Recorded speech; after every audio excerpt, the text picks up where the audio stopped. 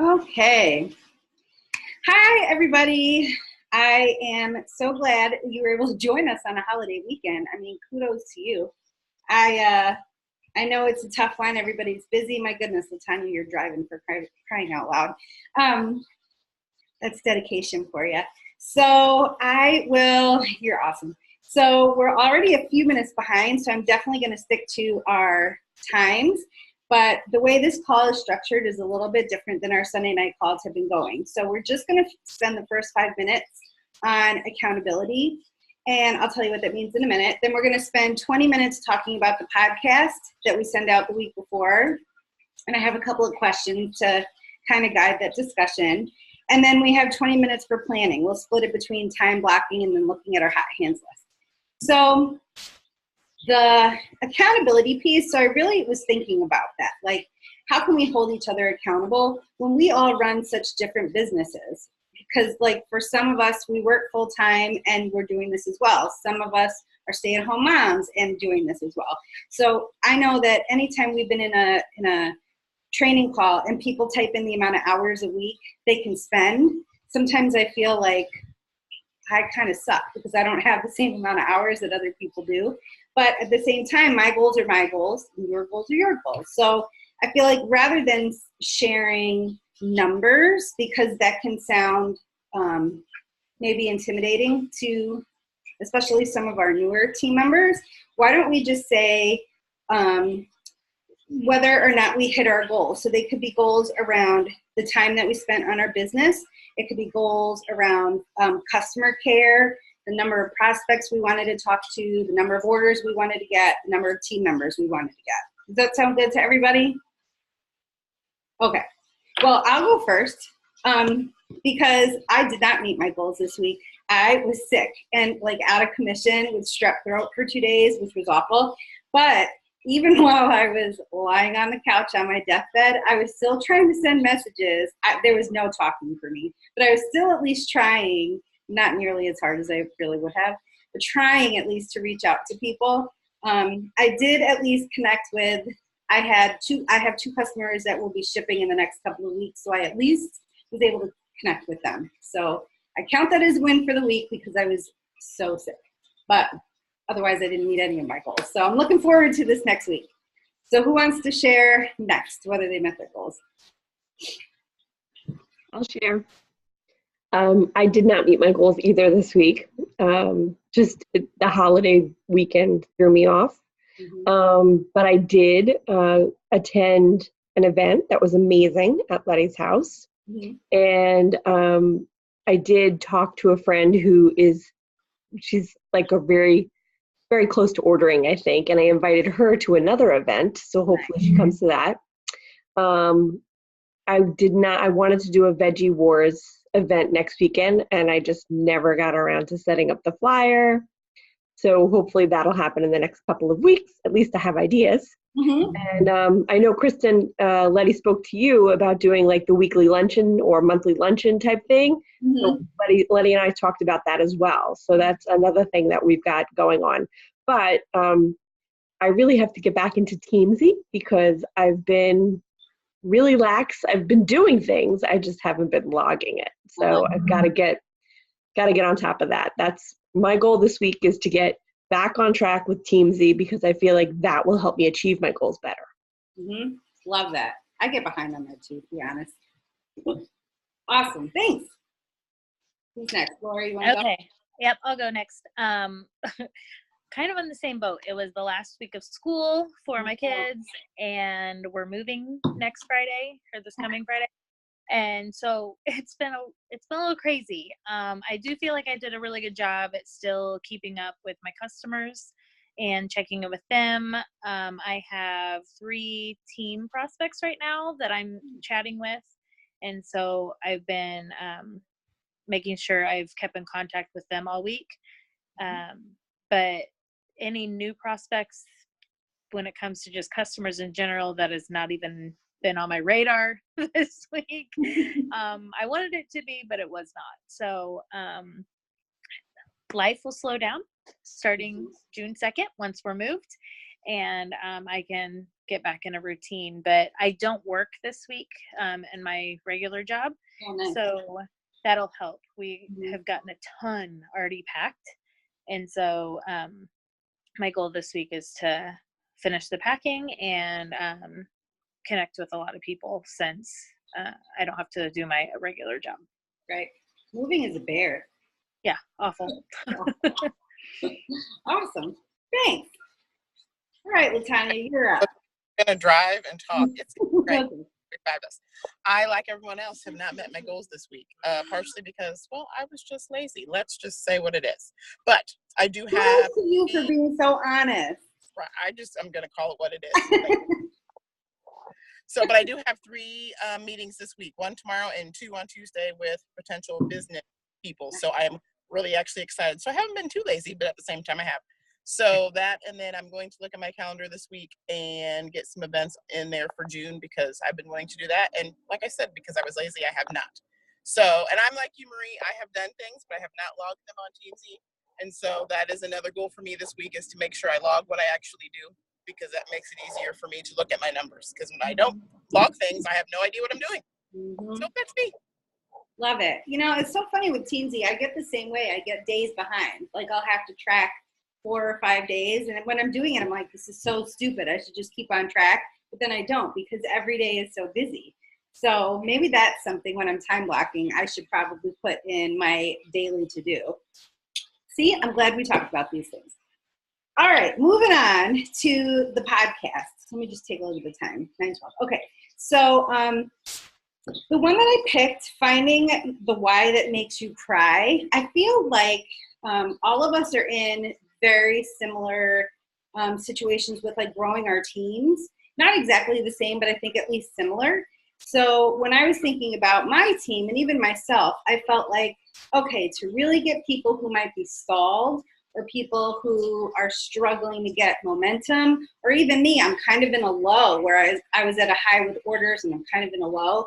Like, what's the thing that's going to push people forward? And I feel like you can't get pushed forward if you don't have a really strong why. And not just like knowing what your why is, but a really specific why. So I picked this podcast. I thought it would be perfect. I listened to it and I took a lot out of it. But I thought timing-wise too, I mean, summertime is such a good time. Like, we can take the summer by storm if you think about it. Lots of us are teachers, so we have more time. People with their kids home, I think events, we could do more creative events. I don't really know. I just feel like there's more opportunity in the summertime. So before we, put out all that effort, I think it's probably important to revisit our why, which is probably a smart thing to do anyway from time to time, because our lives change. So our why is going to change. So I guess before I give my 2 cents or ask a couple questions, does anybody want to just jump in and say, like, what was your biggest takeaway or what struck you the most when you were listening? I will. Because when I was looking, I have just redid my why not long ago, but the thing that I loved was when she was talking about, the lady that was talking about what she's going toward, what she was going away from. Yeah. I thought that was really powerful. And the fact that I was like, your why can change depending upon what you're doing. So I thought that was probably the most powerful thing that jumped out to me. Mm-hmm. I love that. I never really thought about it that way too. I like that. I was going to say the same thing as Latanya, that, it's when she said your why can change. I was thinking, yeah, it does. My why hasn't changed really much yet, but I'm so new to this. I'm less than 6 months in, so. Yep. But I can see how my why will evolve over time, because right now my why is one thing, but I can see there's going to be more whys coming up. Right. Yep. How about you, Laura? Anything that struck you or no? I'm right there with them. I know that my why can change, but I feel like just sometimes hearing that again is a good reminder. So yes. I thought it was a really good one to just kind of say, don't get stuck on that same why all the time. You need to reevaluate, because if you don't, then you'll get stuck. Like, personally, you'll get stuck in your life just in general if you don't reevaluate your own life every once in a while. So right. Right. I think, she had a couple of good things. The first one was when she had asked, on a scale of 1 to 10, how committed are you, or what is your level of willingness to do whatever it takes? And so I listened to the podcast the first time, and I was like, well, duh, 9 or 10. And then I listened to it again, and then I really thought about it. And I thought, am I really a 9 or a 10? Or am I a 7 or an 8? Like, I like that it forced me to stop and think. And I would like to think all of us are probably like either in the 7, 8 or the 9, 10, because we're on these calls every week. We're the ones regularly showing up. We're, committed to growing our teams. But I think then in thinking of leading a team, what a great question to ask a team member, to say, like, are you willing to go out of your comfort zone? Are you willing to try a new kind of event that you've never done? Because if people aren't really willing to try, then they're kind of not going to go anywhere. They're going to let those, like how she was talking about that fear. The fear is going to keep you from doing things. So I loved how it like forced me to stop and think about that. She then talked about, do you want a what? So like she talked about the what's and then the whys. So the what is like your goal, and how you either want an object or you want an achievement. And I hadn't really thought about that before. I thought like my what, like what do I want? Like a tangible thing kind of was a tangible thing, but it had feelings attached to it, but I never really concretely laid it out, like what exactly it is that I want. And I thought, she did say that women typically, we lead with feelings, so typically we do attach the feeling to that. But I just thought that was interesting to think about, that we have to think about our what, and if it is an object, that's usually less motivating than an achievement or a feeling of achieving something. I just found it really interesting. Any comments about that, or about goal setting? No? Okay. I have something real quick. So when it comes to goal setting, I would say I'm like not a good goal setter, because I'm always afraid I'm going to fail at those goals. But, if you don't set them, you'll never fail. Mm-hmm. Right. And so, if you don't ever fail, you're never going to grow. Right. And so that's something I've been trying to like remind myself of, especially this last month in general, with just lots of things in life. Yeah. That if I don't set these goals, then how am I ever going to know? First of all, am I growing? Because if you don't set goals, how do you see that you're growing? Right. And so, and then am I pushing myself hard enough, to be able to make these goals and achieve things? Or am I failing on a regular basis because I'm letting things get in the way? Mm-hmm. So for me in general, goal setting is a hard thing to do, because I don't like to fail at anything. But I need to fail every once in a while to grow. So I think also if you can reframe how you see it and don't see it as failing, see it as you either grow or you learn, or you reach your goal. But either way, you've achieved something. Mm-hmm. So FAIL stands for first attempt in learning. That's right. So if you change your mindset to I'm either going to reach my goal, or I'm going to learn how to change something, or learn what needs to change so I can reach my goal. So change your mindset. You're not failing. You're never failing. You're either learning or you're reaching your goal. Mm-hmm. Either way, it's positive, right? Either way, it's a good thing. So true. But I do agree with Kristen in that we do lead with our emotions. Mm-hmm. And I think that for me, my why has a tangible aspect to it, but there are feelings and achievements that go along with that. Mm-hmm. So I think it's the emotions and the achievements that I'm striving for. Yep.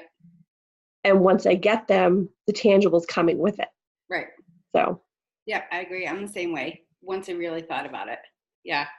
I love that we're talking about mindset, and it's so funny how like my two lives often intersect.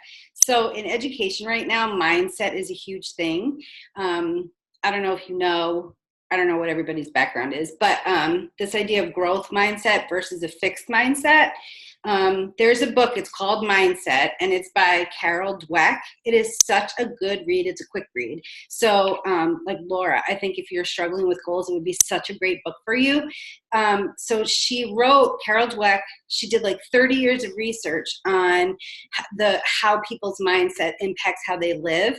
And she actually started the research on relationships, just purely like romantic relationships, friendships, any kind of relationships. Her findings actually transferred over to education. So we're teaching teachers and we're teaching children how to have a growth mindset, which is everything that Marie said, is that failing is a good thing because it's an opportunity to learn. Whereas if you don't fail, or if you never challenge yourself because you're afraid to fail, that's more of a fixed mindset. You don't give yourself a chance to grow. Like, it's literally impossible. So I just feel like that would be such a good book. I've been like doing professional development on that book for like 6 or 7 years now. So I feel like I know it but like the back of my hand, but it's such a good book. Yes, I will totally put that in here, or I'll put it in the Voxer. Okay, so then the next thing she talked about were those 5 discovery questions to get to your why. And this is what resonated with me the most, because when I first listened, I thought, well, I know what my why is. But only when she started asking those discovery questions did I realize how vaguely I had defined my why. I don't know if you guys like really sat and thought through those questions for you as she was going through, but I thought they were brilliant. Anybody have anything on that before I chime in?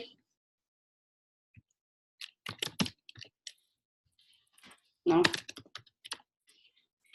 All right, so I'm going to admit I forget what the 5 questions were. Okay, I was just going to say, so let me read them again. I'll read them. So the first one was, why do you want that? Like, when you define your what, that goal, like, why do you want it? So that's usually, I think that's where I'd stopped. Just, why do I want it? That's my why. But then the second question is, why would that be important? So like linking it to some kind of importance in your life. The third was, how would that change your life? So thinking about its impact. The fourth was, what would that mean to anyone important to you? This question didn't really link with my why, but I could see how it would for other people's whys. And then the last one was, why must I do or have this? Like giving like gravity to it. Like, why must I absolutely? Because that question then is going to push you to go. When you've gone down to that very last question, man, you've got to be motivated now to get going. She gave that example of a woman who, when she got to the end, it was like, I'm going to lose my marriage. Do you remember that part? I do. Now, as soon as you said, how does it impact the people in your life, the people who are important to you? Mm-hmm. As soon as you said that, I'm like, oh, yes, I do remember these questions. Mm-hmm. And for you, any of your whys have got to impact your kids. Oh, yeah. Every single one of them. So that's you said you didn't think about that 4th question, but that one absolutely impacts your kids. And I know that those are important to you. That's true. I took it as like, well, it would mean more for me for them, if that makes any sense. Like, but that impacts them. Yeah, right. You're right. I was thinking, what would they verbalize? They wouldn't know the difference. No, they wouldn't know the difference, but you would. Yeah. And if they didn't have things, I'm sure they would verbalize. If there were things they didn't have, they would verbalize to you. So maybe it's avoiding the verbalization. Yes. Totally. Oh my gosh. I just thought I love that exercise of drilling that far down, because it made me, my why didn't change. It just got more specific. And the more specific my why is, the better I think I can set more specific goals in terms of what I'm going to do. And then she was talking about that exercise with your hands, contrasting hands. In your left hand, put fear, like put it right in your hand. And then on a scale of 1 to 10, how heavy is it? And then in your right hand, put your what and your why. And how heavy is that? And she was saying, if you've got she called it a wimpy why. If you kind of have a wimpy why, then your fear is going to take over and it's going to trump all the work that you're trying to do. So I like that visual too. Like, because everybody has fear, even the most successful people, like they've got fear. They have to. Nobody is like Superman. But I just like that visual to think about. I have to make sure my what and my why are so specific that it outweighs my fear. Oh, go ahead. I think that was one of my favorite parts, because when I was doing that exercise during the podcast, like I could feel how heavy my fear was in my hand. And I was like, okay. I'm like, that is so not good. Yeah. But then I think the part that she said, there's always going to be some fear there. Mm-hmm. Like it's always going to be there. But like you said, it's like what your other part has to be, what's in your right hand has got to be the same or more than what your fear is. But yeah, that really jumped out to me. I was like, my hand is so heavy because all fear is sitting on my hand. So that was like really powerful for me. Me too. I literally felt it too. That's so funny you say that. And I thought it's kind of empowering. Sometimes when you think about fear, it's like you don't have control. But when you think about if you're controlling your what and your why to outweigh your fear, it kind of puts you in charge. Like you can totally put fear in its place. You know what I mean? Which is I think very empowering. I guess it depends on what your fears are, but I thought it was a nice way to think about how to overcome them. Any other thoughts that kind of popped in your head? No? Well, I hope you liked it. I definitely rewrote my why, and it's not any different, but like I said, it's definitely more specific. I needed to add something tangible. I think my why before was really just based on feelings, which is important, but I needed to put some meat to it so that I knew like what I had to do to get those feelings. Or to get to those feelings. So I hope you found that useful. All right, let's move on to planning. We're not even that far behind. So we're gonna first time block. So I'm gonna set my timer here. Let's take 8 minutes to time block our week. And I know for sure for me, I'm going to put some time in for Teensy every single day. Even if it's just 5 minutes, then it's not going to take me an hour once a week to input everything. I'm telling you, it's happening. All right, 8 minutes.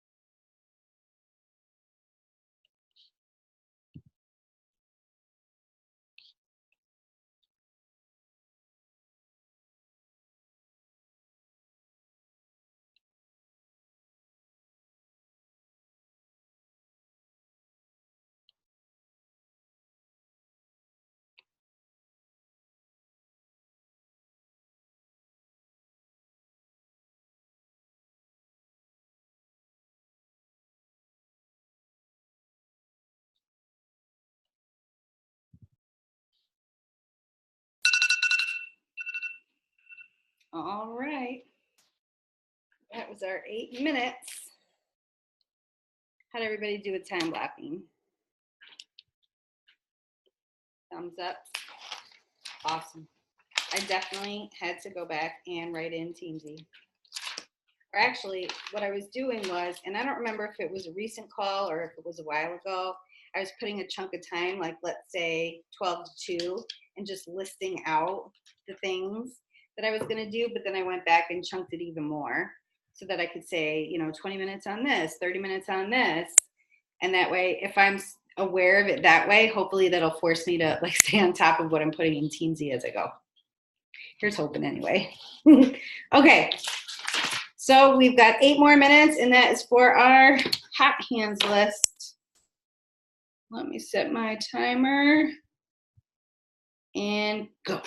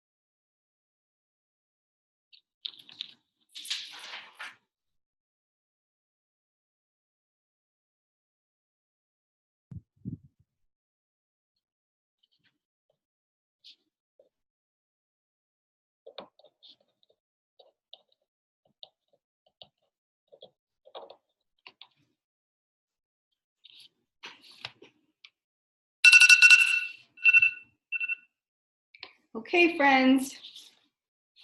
That's our 8 minutes. How'd everybody do? Good. Hopefully we all have our whys in our minds as we're figuring out who is on our hot hands list and what we're gonna do. I did put the full title in the comments because it is long, but if you literally were to just Google or go to Amazon and type in Mindset by Carol Dweck, you'd find it. Definitely worth a read, for sure. Okay, friends, anything else? Any final words of wisdom before we go on our way?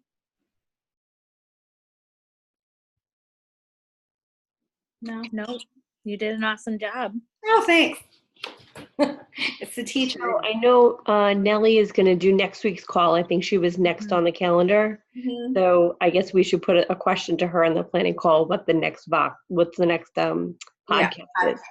Yeah, and I'm Unless- sorry that I only. Unless she wanted to, she wanted to use that podcast that she suggested earlier on. Oh, I didn't even. That one. Maybe, yeah. Yeah, we'll have to put a note to her to clarify. And I'm sorry I only gave you a couple days notice, but I did pick a short one on purpose. No, it was good. It was a good one. Okay, good. All right, well, I am going to stop recording.